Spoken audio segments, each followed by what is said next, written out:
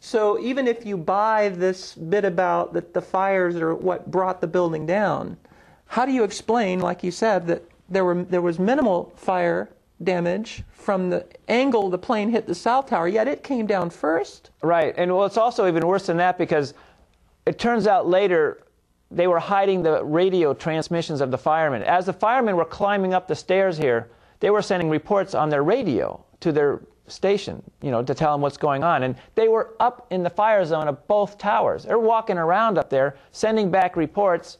And in the south tower, they're saying, oh, there's only a few fires. And it matches exactly what the photographs show. The fires were only on the one side of the building where the plane hit. There were no fires on the other side. The fires never went from one side of the building to the other. Now, can fire create the kind of temperatures necessary to cause a steel structure building? I know this is kind of what we talked about a little earlier. Yeah, well, this is one of the other problems most people have. They think, well, jet fuel was burning. Well, jet fuel is a hydrocarbon like gasoline. A hydrocarbon. It doesn't have any magic properties. It's like diesel fuel or gasoline or candle wax or the stove, your butane or natural gas stove. It doesn't burn any hotter than these other hydrocarbons. And they cannot melt steel. If they could melt steel with it, they would have done it hundreds of years ago. Right. So the fires were short-lived in the building, and we can show that picture of the black hole that shows no fires, and there's a woman and appearing to look out. The fires were so small, and this is another thing people have to realize. These buildings are steel. The frame is steel. These are not wooden buildings. These are steel frames, and the flooring has got concrete. It's a steel corrugated steel pan on top of a steel floor, and there's concrete on it. There's nothing inside this building that can burn except carpeting, some office furnishing, and some paper. And it's exhibited by the fact that the firemen ran into the building because they didn't expect it.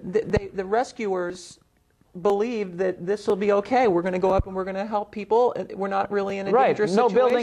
No steel building has ever fallen down from fire. They've never even cracked into two pieces. It's impossible. If you design them properly, they don't fall down from fire. So the firemen went running up there, and they actually made it to the fire zone of both towers, which is a sign, if they're walking around in there, how hot could it possibly be? Right. It couldn't have been more than a warm summer day. And again, I refer to that picture that you have in your book that's so amazing of the area where the jet crashed. It's now black. There's no fires raging. And here's a woman who walks over here to look out the window. Here she is, peering out the window. Or out the hole, I guess you'd call it. The hole by the engine. So people are walking around in there. There's a couple of them that had even passed through. They were in the above the fire zone. They went down the stairways. Now, if this was such an inferno, how are people walking around? How are firemen walking around? And why don't the photographs show the fires? When you look at the photos, all you see is black smoke. Yeah. You don't see flames. And then you compare that to the fire in Madrid, Spain, that just occurred not that long ago, in February, I think it was. That thing, the whole building looked like a torch after a while. It was burning almost the entire night. And it stood there, like you'd expect. It burned out. And that is because, that's the question I was asking, because fire doesn't create that kind of heat to bring the steel. Fire cannot bring down a steel building or a concrete building. It could bring down a house because the house is wood. Now, folks are thinking, some folks out there who may be skeptical are thinking, yeah, well, the building came down, and I believe that there was some physics involved in creating that kind of heat. Okay, well, talk about that, how that heat could have happened. The problem with the heat theory is there is nothing inside the building to burn. The hydrocarbons like the jet fuel, most of that burned off right in the beginning. And I'm talking explosives. Yeah, the only thing that can create the kind of, to bring down a building like this, especially when everything is broken at the joints, because this is the other thing about it. The building, you have to look at the rubble. The entire structure, both of them, all the way into the basements, were neatly... All of it. All floors, even down to the very, very bottom in the basements.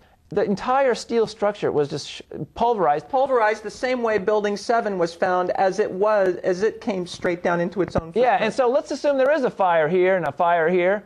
How does that go all the way down into the basement? And not just crack a few building parts, but it breaks every joint. There's thousands of joints here. Right. And then it does it in less than 10 seconds. So the hot spots that they found and the heat temperatures that I'm referring to could happen from explosives only. Yeah, you're referring to the temperatures after the towers fell. 5 days later, NASA sent an airplane flying over the area and was reading the temperatures by reading the infrared radiation that was coming from the rubble at this point. Okay. 5 days later, they are measuring spots in the rubble that's hot enough to melt aluminum.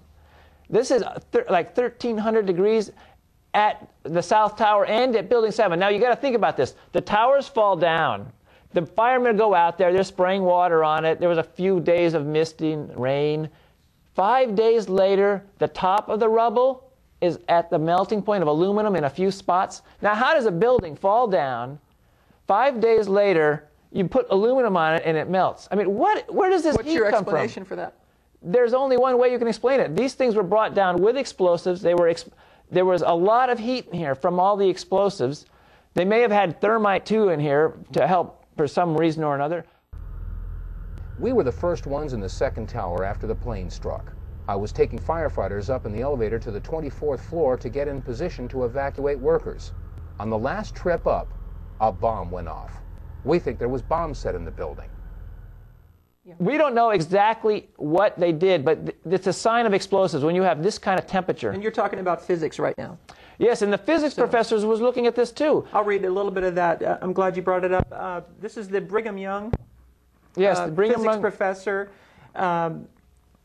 His name is Stephen Jones, and I'll read his quote. He says, "It is quite plausible that explosives were pre-planted in all 3 World Trade Center buildings, which were actually a diversion tactic. The planes hitting the building, he believes, were a diversion tactic." It caught your attention, especially the one that hit the South Tower with that big Hollywood-style fireball. He's looked into this, and I think we're going to start, folks, I think we're going to start hearing from more experts soon. Well, that's another good point. See, when I first came out with my book, this was in 2002, and of course I get ridiculed for being a conspiracy nut. Well, you know, it's been years. Every time people look into my book, they either become totally silent or they join with us. We're not losing support. You're not losing support. We are gaining it, and it's going worldwide.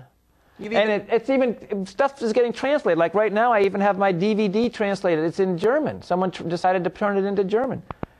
And I got my book in German. And your book's available on Amazon? Right, and just at my own website. But this is an important point. If I was wrong all this time, and if other people were wrong, why are we growing in support? Right. Every time people look, they either become quiet and go back into their room and, you know, like basically a dog with his tail between his legs, or they join with us. Right. We want to get to the Pentagon. I want to get to also the air defense intercept problem, which folks who read David Ray Griffin's book said that was the most compelling area for them, was the air defense, why they didn't intercept. I want to get to that too. But before we get to those 2 areas, Building 7 and Silverstein, his quote in which he said on a PBS program, they just decided to pull it.